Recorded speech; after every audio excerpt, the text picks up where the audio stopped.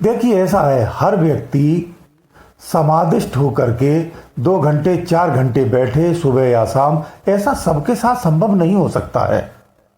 हर व्यक्ति रोज साधना नहीं कर सकता है, रोज 4 घंटे नहीं बैठ सकता है। भजन सब नहीं कर सकते हैं, सबके साथ साधनाएं नहीं हो सकती हैं। उनका तो ठीक है, जो 4 घंटे 5 घंटे समय है वो बैठ सकते हैं, लेकिन हर व्यक्ति नहीं बैठ सकता है, ये संभव नहीं है। उसका कारण है, उसका कारण पहला तो ये हो सकता है कि वो शरीर से स्वस्थ नहीं है, अवस्था अधिक हो गई है। वैसे भजन अधिक अवस्था में ही आदमी करता है, सारा जीवन तो व्यर्थ में ही गंवा देता है। जब हाथ में कुछ नहीं रहता है, जो जीवन भर कमाया है वो भी सत्ता आपकी संतानें जब छीन लेती हैं, तब भजन के लिए भगता है। उस भजन में भी वो संसार के क्लेशों के लिए ही रोता रहता है, भजन तब भी ठीक से नहीं करता है। उसकी संतान अगर उससे बात नहीं करती तो वो दुखी है, उसकी सत्ता छीनने का उसे क्लेश रहता है, ये सत्य बात है। भजन वो उस वक्त भी नहीं कर पाता है, ऐसे ही मूर्खता में मर जाता है।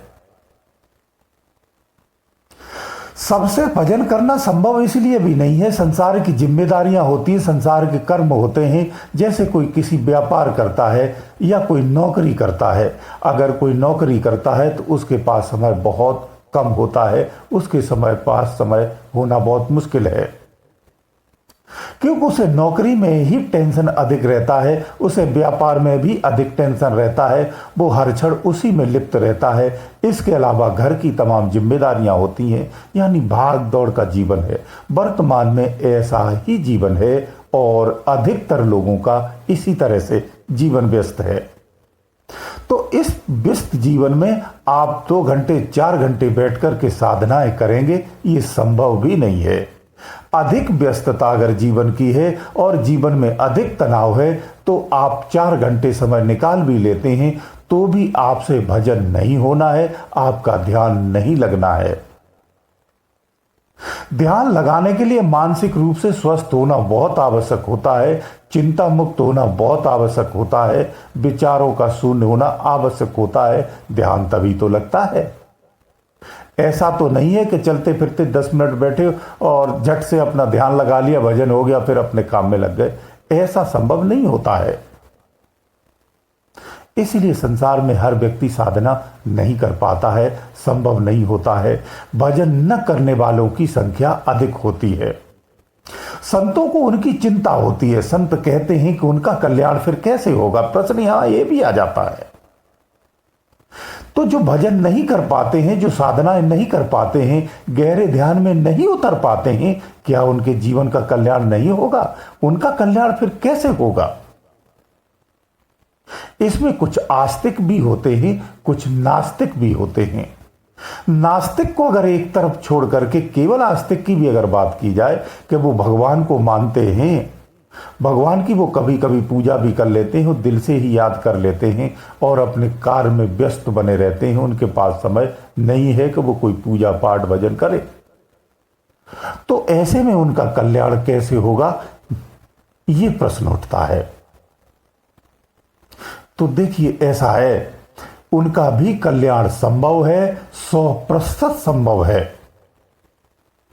उसकी एक तरीका है, एक विधि है, एक उपाय है। उस तरह से अगर वो अपने जीवन को जीता है तो अपने व्यस्त जीवन में भी जीते हुए अपने आप में कल्याणकारी हो सकता है, अपने जीवन का कल्याण कर सकता है। वो सबसे आसान और सरल तरीका क्या है? सबसे आसान तरीका है सुमिरन करना, जप करना, बार बार मन में जाप करते रहना, सुमिरन करते रहना। इसको भी हम भजन ही कहते हैं। केवल ध्यान मग्न करना ही भजन नहीं है, सुमिरन करना भी भजन है। लेकिन ध्यान मग्न एक गहरी अवस्था है, जहां लय की अवस्था प्राप्त होती है, पूर्णता की अवस्था प्राप्त होती है। सुमिरन इसके पूर्वत का प्रारंभिक अवस्था होती है। चौपाई आप सबको याद होगी कि कलयुग केवल नाम धारा, सुमिर सुमिर जग उतरे पारा। कलयुग का मतलब कहना है कि जो समय है ना, ये जो समय है जो साधना करने का नहीं हो सकता है, ऐसा संभव है। लेकिन जो व्यस्त समय आप है, इस व्यस्त समय में केवल नाम जप से भी अपने जीवन का कल्याण कर सकते हैं। ये चौपाई यही तो सिखाती है। नाम मात्र से भी जीवन का कल्याण है, ये दिमाग में उतार लो। आप अपने व्यस्त जीवन में केवल नाम जप करते रहना, नाम का सुमिरन करते रहना, उस परमात्मा का नाम जपते रहना, उस परमात्मा को याद करते रहना, अपने कार्य के साथ इसे भी ऐसे ही जोड़ लेना, जीवन का कल्याण हो जाएगा। जीवन का कल्याण संभव है।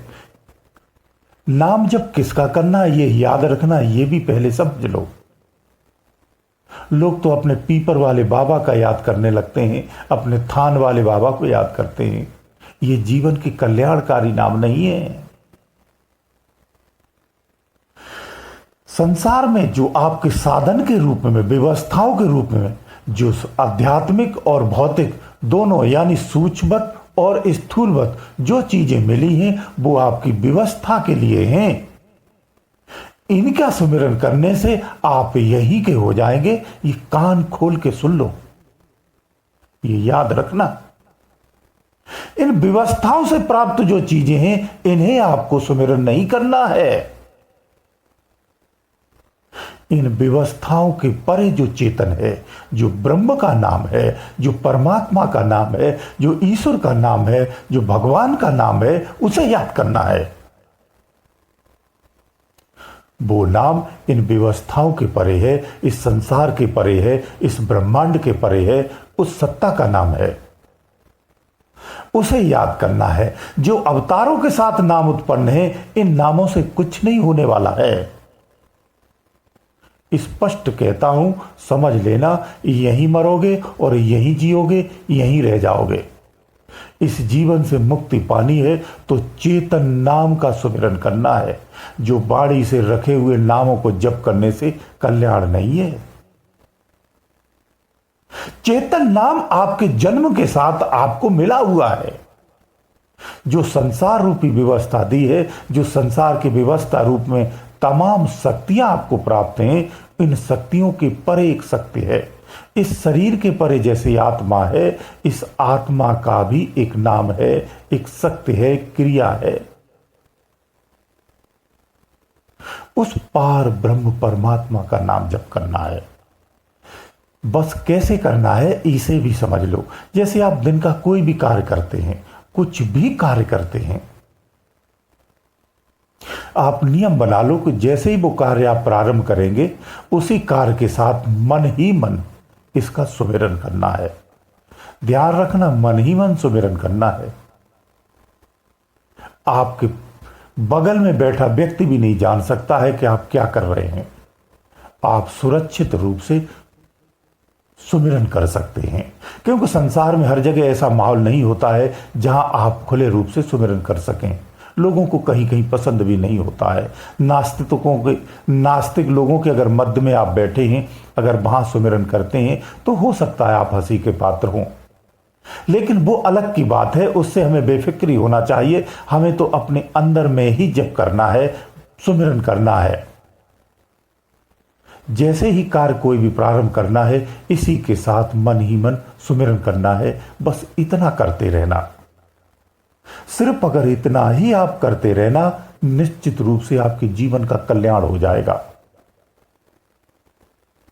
मन की आपकी मलिनताएं हटने लगेंगी, मिटने लगेंगी, नष्ट हो जाएंगी। आप आत्ममय हो जाएंगे, अंदर की सत्ता से जुड़ने लगेंगे।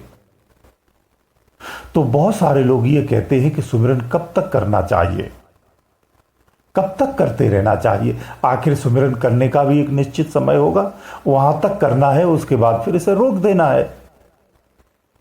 तो जो साधक पहले से सुमिरन कर रहे हैं, अक्सर कर उनके मन में भी ये प्रश्न आता है। तो सभी लोग ध्यान से सुनो। सुमिरन एक ऐसी क्रिया है जिसे कभी नहीं रोकना होता है, जीवन पर्यंत करना होता है। अंदर में जो अध्यात्म के मार्ग हैं वो एक मार्ग से दूसरा मार्ग जुड़ा हुआ है, अलग नहीं है।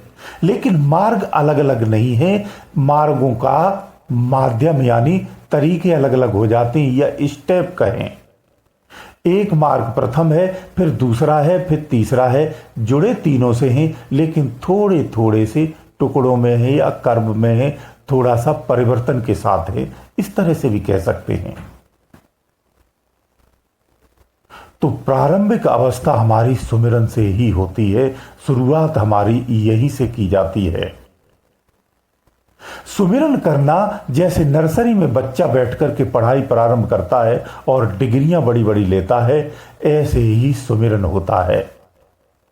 जिससे कोई भजन नहीं हो सकता, कुछ नहीं कर सकता है, उसके जीवन में इतनी व्यस्तता है, तो केवल मात्र सुमिरन करते रहना, इसी सुमिरन से ही उसके जीवन का कल्याण हो जाएगा, निश्चित रूप से हो जाएगा।